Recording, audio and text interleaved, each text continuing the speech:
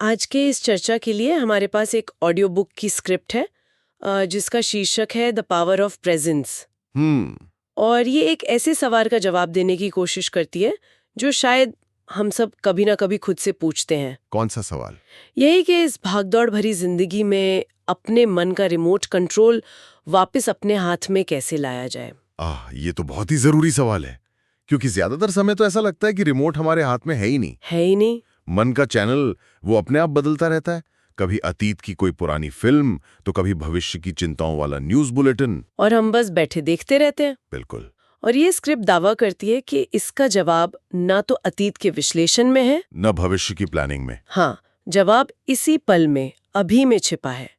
तो आज हम इस स्क्रिप्ट की मदद से ये समझने की कोशिश करेंगे कि क्या वाकई इस पल में इतनी शक्ति है कि यह हमारे मन को शांत कर सके और हमें हमारी असली ताकत से जोड़ सके। और हम सिर्फ थ्योरी की बात नहीं करेंगे, हम ये भी देखेंगे कि इस स्क्रिप्ट में दिए गए विचार असल जिंदगी में कितने काम के हैं। बिल्कुल। तो चलिए सबसे पहले मन की बात करते हैं, जो इस सारी कहानी का हीरो भी है और विलन भी। हाँ, स्क्रिप्ट में मन को एक खूबसूरत औजार कहा गया है। जाहिर है सोचने, समझने, बनाने, बिगाड़ने की सारी ताकत तो यहीं से आती है।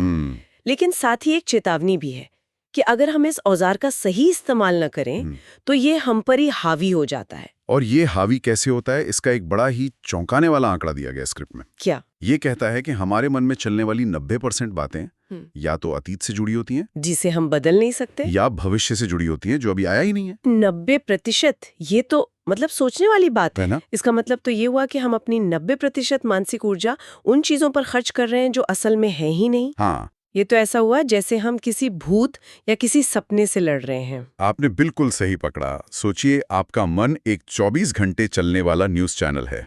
अच्छा? जो हर तरह की ब्रेकिंग न्यूज चलाता रहता है। तुमसे वो गलती कैसे हुई, अगर ऐसा हो गया तो क्या होगा, लोग तुम्हारे बारे में क्या सोच रहे हैं। और हम उस न्यूज को सच मानकर परेशान होते रहते हैं। एकदम। तो फिर इससे बचने का रास्ता क्या है? क्या मन को चुप कराना मुमकिन है? स्क्रिप्ट के हिसाब से मन को जबरदस्ती चुप कराना वो लगभग नामुमकिन है। और जरूरी भी नहीं। अच्छा, असली आजादी मन को चुप कराने में नहीं, बल्कि ये समझने में है कि आप न्यूज एंकर नहीं हैं। तो फिर हम क्या हैं? आप वो दर्शक हैं जिसके हाथ में रिमोट है, लेकिन जो चैनल बदलने के बजाय बस ये देख रहा है कि स्क्रीन पर क्या चल रहा है। ये सुनने में तो बहुत अच्छा लगता है कि हम बस एक दर्शक बन जाएं। हाँ, लेकिन ये प्रैक्टिकली बहुत मुश्किल लगता है। जब ऑफिस में कोई जरूरी काम बिगड़ जाता है या घर में कोई बीमार होता है तो मन तो भागेगा ही। भागेगा, बिल्कुल भागेगा। उसे सिर्फ एक दर्शक बनकर कैसे देखा जा सकता है? ये एक बहुत ही वाजिब सवाल है। और स्क्रिप्ट ये नहीं कहती कि आप भावनाओं को महसूस करना बंद कर दें। दर्शक बनने का मतलब पत्थर बनना नहीं है। इसका मतलब है विचार और भावना की लहर में बह जाने के बजाय उसे देखना। हाँ, आप देखते हैं कि हाँ, चिंता का विचार उठ रहा है, हाँ, गुस्सा महसूस हो रहा है। जैसे ही आप उसे नाम देकर देख लेते हैं तो क्या होता है? आप उस विचार से थोड़ा दूर हो जाते हैं। आपके और उस विचार के बीच एक छोटी सी जगह बन जाती है। अच्छा। और उसी जगह में असली शक्ति और चुनने की आजादी छिपी है। ठीक है, तो ये विचारों से लड़ने के बारे में नहीं बल्कि उन्हें स्पेस देने के बारे में है। और शायद यहीं से दुख की शुरुआत होती है, जब हम जीवन की हकीकत को स्पेस नहीं देते, उससे लड़ने लगते हैं। हाँ, स्क्रिप्ट में इसे रेजिस्टेंस यानी प्रतिरोध कहा गया है। हाँ, और ये प्रतिरोध अक्सर हमारे अहंकार मतलब ईगो से जुड़ा होता है। कैसे? हमारा अहंकार ये मानने को तैयार ही नहीं होता कि चीजें उसके कंट्रोल से बाहर हो सकती हैं। वो चाहता है कि दुनिया उसकी बनाई स्क्रिप्ट के हिसाब से चले। और जब असल जिंदगी उस स्क्रिप्ट से अलग होती है तो एक लड़ाई शुरू हो जाती है। और यही लड़ाई हमें थका देती है और दुख का कारण बनती है। बिल्कुल। हम लगातार यही सोचते रहते हैं, ऐसा नहीं होना चाहिए था, या ये मेरे साथ ही क्यों हो रहा है। एकदम। और इसका समाधान स्क्रिप्ट में एक्सेप्टेंस यानी स्वीकृति में बताया गया है। स्वीकृति। और यहाँ ये समझना बहुत जरूरी है कि स्वीकृति का मतलब हार मान लेना या निष्क्रिय हो जाना नहीं है। अच्छा। ये कमजोरी नहीं बल्कि बहुत गहरी समझ और हिम्मत का काम है। मैं चाहती हूँ कि हम इस पर थोड़ा और बात करें, क्योंकि स्वीकार कर लो ये सलाह, ये बहुत से लोगों को ऐसी लग सकती है कि बस हाथ पर हाथ धर के बैठ जाओ। सही बात है। मान लीजिए किसी के साथ ऑफिस में अन्याय हो रहा है, तो क्या उसे भी बस स्वीकार कर लेना चाहिए? इसमें और हार मान लेने में क्या फर्क है? ये एक शानदार सवाल है। स्वीकृति का मतलब अन्याय को सही ठहराना नहीं है। तो फिर क्या है? स्वीकृति का मतलब है सबसे पहले उस पल की सच्चाई को बिना किसी नाटक के देखना। ठीक है, अभी सच्चाई ये है कि मेरे साथ गलत व्यवहार हुआ है, ये पहला कदम है। प्रतिरोध में हम अपनी ऊर्जा इस बात पर खर्च करते हैं कि ऐसा क्यों हुआ, नहीं होना चाहिए था। सही। स्वीकृति में हम अपनी ऊर्जा इस बात पर लगाते हैं कि ठीक है, अब ये हो चुका है, यहां से आगे बढ़ने का सबसे सही रास्ता क्या है। अच्छा, यानी स्वीकृति हमें उस स्थिति से लड़ने की, वो जो बेकार की ऊर्जा है, उससे बचाकर समाधान खोजने की शक्ति देती है। एकदम सही। जब आप ट्रैफिक में फंसे होते हैं तो ये स्वीकार करना कि मैं ट्रैफिक में हूं, आपको हॉर्न बजाने और गुस्सा करने के बजाय ये सोचने का मौका देता है कि क्या मैं कोई और रास्ता ले सकता हूं या इस समय का बेहतर इस्तेमाल कर सकता हूं। राइट। स्वीकृति आपको प्रतिक्रिया करने की शक्ति देती है, बजाय इसके कि आप सिर्फ परिस्थितियों पर रिएक्ट करते रहें। और जब मन इन सब विचारों में बहुत ज्यादा उलझ जाए, जब प्रतिरोध बहुत ज्यादा हो, तो स्क्रिप्ट हमें एक बहुत ही प्रैक्टिकल रास्ता दिखाती है। वो कहती है कि अपने ध्यान को मन से हटाकर शरीर पर ले आओ। ये एक एंकर की तरह है। मन तो समय में कहीं भी यात्रा कर सकता है, 1000 साल पीछे भी और 1000 साल आगे भी। सही बात है। लेकिन हमारा शरीर, हमारी सांसें, वो हमेशा इसी पल में, अभी में मौजूद होती हैं। तो ये वर्तमान में लौटने का सबसे सीधा और तेज रास्ता है। सबसे तेज। ये जो लाइन है, शरीर कभी झूठ नहीं बोलता, मन बोलता है, ये कमाल की है। मुझे याद है एक बार मैं एक बहुत मुश्किल प्रेजेंटेशन दे रही थी। मेरा मन मुझसे कह रहा था, सब ठीक है, तुम संभाल लोगी। लेकिन मेरे कंधे अकड़े हुए थे, दिल तेजी से धड़क रहा था और पेट में अजीब सी बेचैनी थी। असल में मेरा शरीर मुझे सिग्नल दे रहा था कि कुछ गड़बड़ है। हाँ, कि मैं तनाव में हूँ और मुझे एक पल रुककर सांस लेने की जरूरत है। ये एक बेहतरीन उदाहरण है। मन कहानियां बना सकता है, लेकिन शारीरिक संवेदनाएं हमेशा सच्ची होती हैं। वे अभी और यहाँ की हकीकत बताती हैं। इसीलिए जब भी मन का शोर बहुत बढ़ जाए तो बस कुछ सेकंड के लिए अपनी सांस के आने जाने पर ध्यान देना या अपने पैरों को जमीन पर महसूस करना हमें तुरंत उस काल्पनिक दुनिया से बाहर ले आता है। हमें तुरंत मन की काल्पनिक दुनिया से निकालकर शरीर की सच्ची दुनिया में वापस ले आता है। और शरीर की ही तरह भावनाएं भी हमारे अंदर एक सच्चाई की तरह उठती हैं। बिल्कुल। स्क्रिप्ट में भावनाओं की तुलना मौसम से की गई है, जो मुझे बहुत पसंद आई। कभी धूप, कभी बारिश, कभी तूफान। वे आती हैं और चली जाती हैं। ये एक बहुत गहरी उपमा है, क्योंकि हम मौसम को कंट्रोल करने की कोशिश नहीं करते। हम ये नहीं कहते कि अरे आज बारिश क्यों हो रही है, इसे बंद होना चाहिए। हम छाता निकालते हैं या घर के अंदर चले जाते हैं। बिल्कुल, हम उसके अनुसार खुद को ढाल लेते हैं। स्क्रिप्ट कहती है कि भावनाओं के साथ भी हमें यही करना चाहिए। लेकिन हम ऐसा करते नहीं हैं। हम किसी एक भावना को, खासकर नकारात्मक भावना को पकड़कर बैठ जाते हैं। और उसे अपनी पहचान बना लेते हैं। स्क्रिप्ट में एक बहुत अच्छा उदाहरण है। कौन सा? ये कहने के बजाय कि मैं गुस्सा हूँ, ये कहना कि मेरे अंदर गुस्सा उठ रहा है। ये भाषा का एक छोटा सा बदलाव है, लेकिन इसका असर बहुत बड़ा है। कैसे? जब आप कहते हैं मैं गुस्सा हूँ, तो आप अपने पूरे अस्तित्व को उस गुस्से से जोड़ लेते हैं। ऐसा लगता है जैसे आप सिर से पांव तक सिर्फ गुस्से से बने हैं। अब आप उस गुस्से से बाहर कैसे निकलेंगे?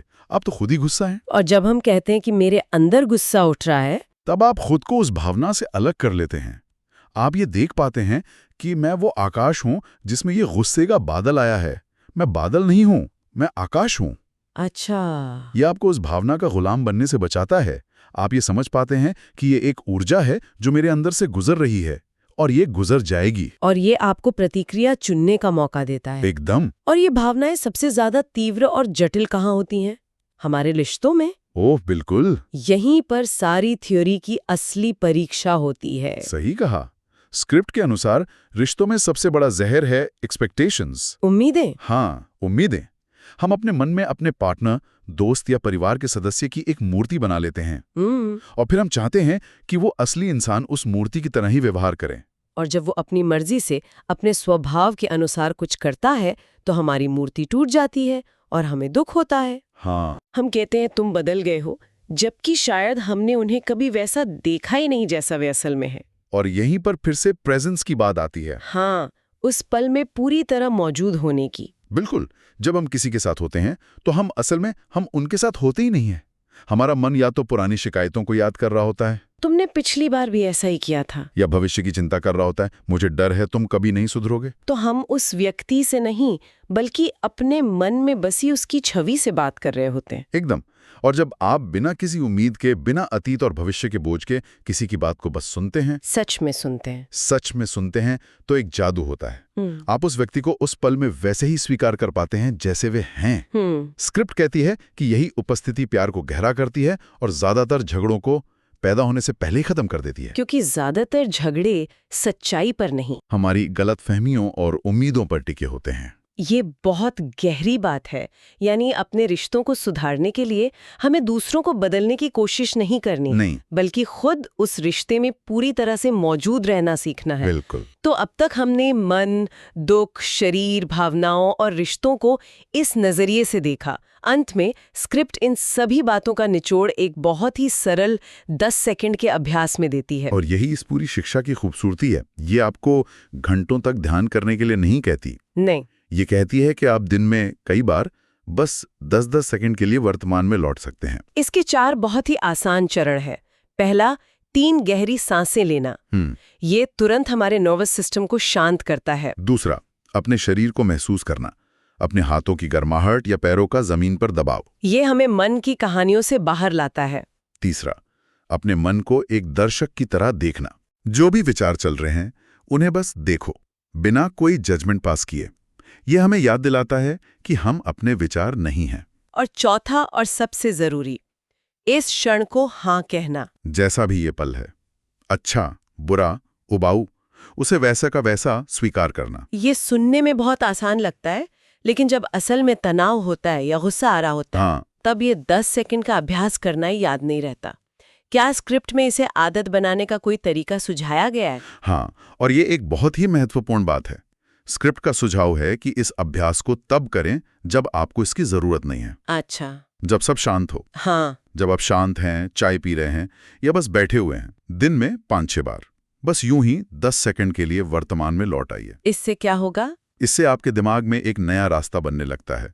फिर जब असली तूफान आता है तो आपका दिमाग उस शांत जगह पर लौटना जानता है। मतलब ये एक मसल की तरह है। बिल्कुल, जिसे आप शांति के समय में ट्रेन करते हैं ताकि जरूरत पड़ने पर वो काम आए। तो द पावर ऑफ प्रेजेंस की ये स्क्रिप्ट हमें एक बहुत ही सरल लेकिन शक्तिशाली संदेश देती है। हमारी असली ताकत और खुशी अतीत की यादों या भविष्य की कल्पनाओं में नहीं है। नहीं।